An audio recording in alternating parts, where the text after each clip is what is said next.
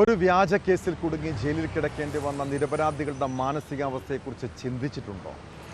പോലീസും എക്സൈസും വനവകുപ്പുമൊക്കെ ഇങ്ങനെ ഒട്ടേറെ പേരുടെ ജീവിതം തകർത്തിട്ടുണ്ട്.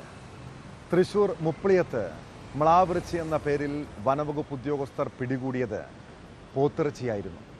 കേസിൽ അറസ്റ്റിലായതോടെ 35 ദിവസമാണ് 2 പേർക്ക് ജയിലിൽ കിടക്കേണ്ടി വന്നത്. ചാലക്കുടി മേച്ചിറ സ്വദേശിയും ചുമട്ട് തൊഴിലാളിയുമായ സുജേഷ്, സുഹൃത്ത് ജോബി എന്നിവർ കഴിച്ചത് മ്ലാവിറച്ചിയല്ലെന്ന് പരിശോധനയിൽ തെളിഞ്ഞു.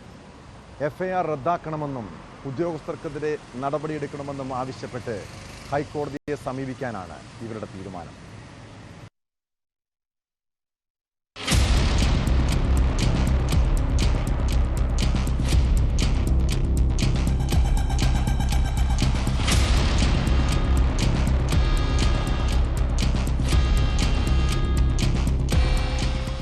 കഴിഞ്ഞ സെപ്റ്റംബറിൽ ജോബിയുടെ വീട്ടിൽ നിന്നാണ് ഇറച്ചി പിടികൂടുന്നത്. ചാലക്കുടി ഡിവൈഎസ്പിയുടെ നേതൃത്വത്തിലുള്ള ഡാൻസ് ഓഫ് സംഘം രഹസ്യ വിവരത്തിന്റെ അടിസ്ഥാനത്തിൽ പരിശോധനയ്ക്കെത്തുകയായിരുന്നു. തുടർന്ന് ഫ്രിഡ്ജിൽ സൂക്ഷിച്ച നിലയിൽ ഇറച്ചി കണ്ടെത്തി. ജോബിയുടെ മൊഴി പ്രകാരമാണ് സുജീഷിനെയും പിടികൂടിയത്. പോലീസ് വിവരമറിയിച്ചതോടെ വനം വകുപ്പ് ഉദ്യോഗസ്ഥർ എത്തി പിടിച്ചത് മ്ലാവിറച്ചിയാണെന്ന് ഉറപ്പിക്കുകയായിരുന്നു. മ്ലാവിനെ വേട്ടയാടി മാംസം പാചകം ചെയ്തു തുടങ്ങിയ വകുപ്പുകളാണ് ഇവർക്കെതിരെ ചുമത്തിയത്. കേസിൽ പ്രതികൾ 35 ദിവസം ജയിലിൽ കഴിഞ്ഞു. പിന്നീട് ഹൈക്കോടതിയിലെത്തിയാണ് ജാമ്യം നേടിയത്. എന്നാൽ ശാസ്ത്രീയ പരിശോധനാ ഫലം കേസിൽ വഴിത്തിരിവായി. പിടിച്ചത് മ്ലാവിറച്ചിയല്ലെന്നും കന്നുകാലി ഇറച്ചിയാണെന്നുമായിരുന്നു പരിശോധനാ ഫലം.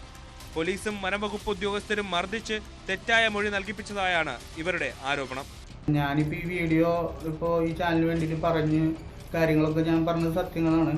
പക്ഷേ എന്തെന്ന് വെച്ച് കഴിഞ്ഞാൽ ഇനി വരണ കാര്യങ്ങൾ എന്താണെന്ന് വെച്ച് കഴിഞ്ഞാൽ എനിക്ക് നല്ല ഭയമുണ്ട്. കാരണം നമ്മൾ സത്യമായിട്ടുള്ള കാര്യങ്ങളാണ് പറഞ്ഞത്, നമ്മൾ സത്യമായിട്ട് കാര്യങ്ങൾ എഴുതാം.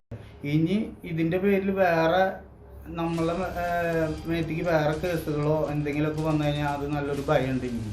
ഏകദേശം 35 ദിവസക്കാലം റിമാൻഡിൽ കിടക്കുന്ന ഒരു സാഹചര്യം ഉണ്ടായിരുന്നു. ഈ 35 ദിവസത്തിന് ശേഷം ഹൈക്കോടതിയിൽ നിന്നാണ് അദ്ദേഹത്തിന് ജാമ്യം കിട്ടിയത്.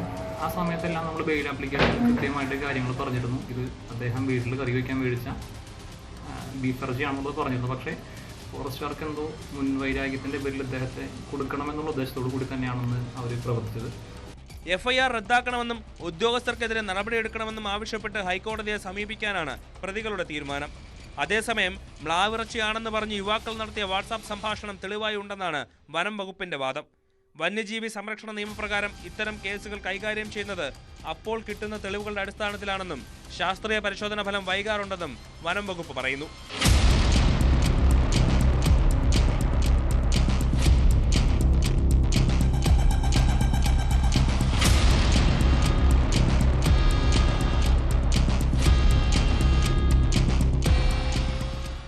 News 18 തൃശൂർ.